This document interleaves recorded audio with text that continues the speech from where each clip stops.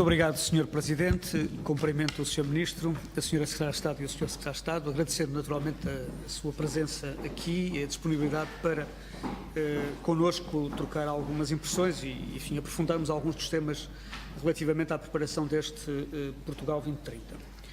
Eu começo por registrar, Sr. Ministro, o seu otimismo relativamente ao quadro financeiro. O Sr. Ministro diz que há uma pressão financeira adicional por causa do Brexit, mas alimenta ainda bem, nós entendemos que é mesmo assim, a esperança de manter níveis de financiamento muito próximos dos atuais. Naturalmente que o Sr. Ministro refere o reforço da capacidade financeira da União Europeia e essa era a minha primeira questão. De que forma é que pensa que esse reforço pode ser feito? O Sr. Ministro sustenta também a criação de novos impostos. Se é por essa via, que impostos e de que forma é que eles podem ser repartidos em termos dos diferentes países?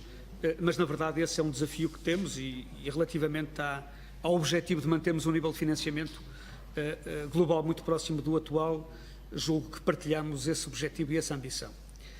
Uma segunda questão tem a ver com a agenda da competitividade no próximo quadro, tendo em conta a situação que ela tem no atual.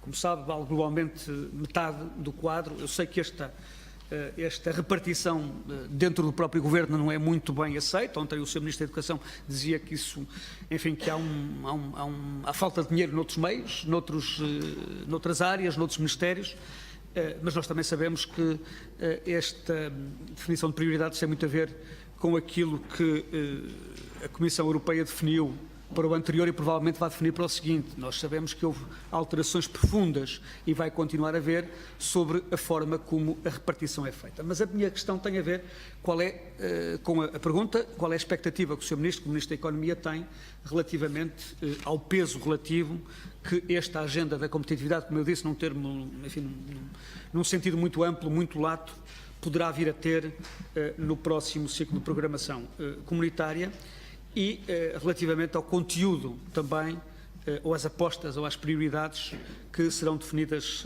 nesse âmbito de uma forma mais fina. E eu digo isto porque, Sr. Ministro, nós ouvimos o Sr. Ministro referir várias carências e vários aspectos que mereceriam reforço, mas esse argumento é um bocadinho contraditório com aquilo que está a passar na reprogramação de Portugal 2020, porque, na verdade, parte do dinheiro sai daquilo que eram instrumentos financeiros para apoiar a economia e, portanto, dessa forma, o senhor, enquanto Ministro da Economia, fica a perder, porque há verbas que poderiam ser utilizadas ou canalizadas para algumas das componentes que o Sr. Ministro referiu, mas vão para outro tipo de financiamentos. No caso dos instrumentos financeiros, nada impedia que os instrumentos financeiros pudessem ser alocados a prioridades do Ministério da Economia. E, portanto, a questão que se coloca é a capacidade de execução relativamente a um bolo que é significativo e que tem sido problemático em algumas áreas. E esta questão dos instrumentos financeiros é outro problema que se coloca neste quadro e que provavelmente vai colocar-se no seguinte.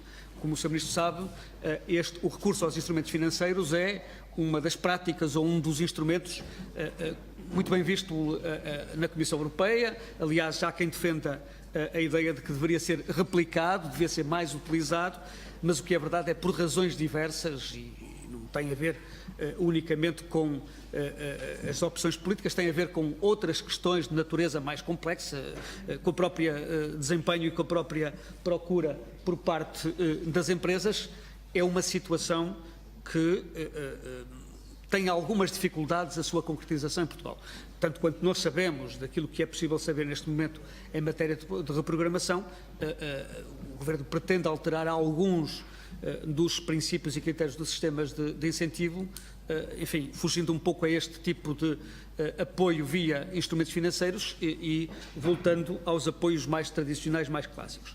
Mas a minha questão tem a ver essencialmente com como é que o Sr. Ministro vê no futuro estes instrumentos financeiros. O Sr. Ministro defende um recurso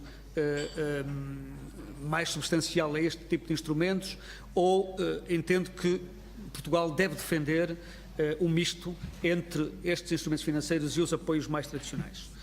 Uma outra questão, ainda com o desenho do futuro programa, tem a ver também com mais centralização ou mais programas nacionais. Como o Sr. Ministro sabe também, esta é uma das correntes que na Comissão Europeia e em geral noutros setores que definem as orientações da política, há cada vez mais, sobretudo nos países chamados contribuintes líquidos, que acham que temos que sair deste quadro mais nacionalizado e que os instrumentos, exemplo do que já acontece, por exemplo, no Horizonte 2020, devem ser mais europeus, mais concorrenciais, mais competitivos. Quais são os cuidados que devemos ter relativamente a esta matéria? O que é que o Sr. Ministro defende para que a posição portuguesa seja reforçada neste domínio? E só para terminar, Sr. Presidente, tinha uma última questão que tem a ver com a questão da formação. O Sr. Ministro confirma que nós gastamos todas as disponibilidades, por exemplo, no âmbito do compete relativamente ao Fundo Social Europeu. Ou seja, nós neste momento estamos em condições de absorver todos os recursos que tivemos relativamente ao Fundo Social para as empresas. É porque, senão, há qualquer coisa que é contraditório. É preciso mais dinheiro para a formação, mas as verbas que tínhamos disponíveis para financiar essa formação não foram utilizadas. Muito obrigado.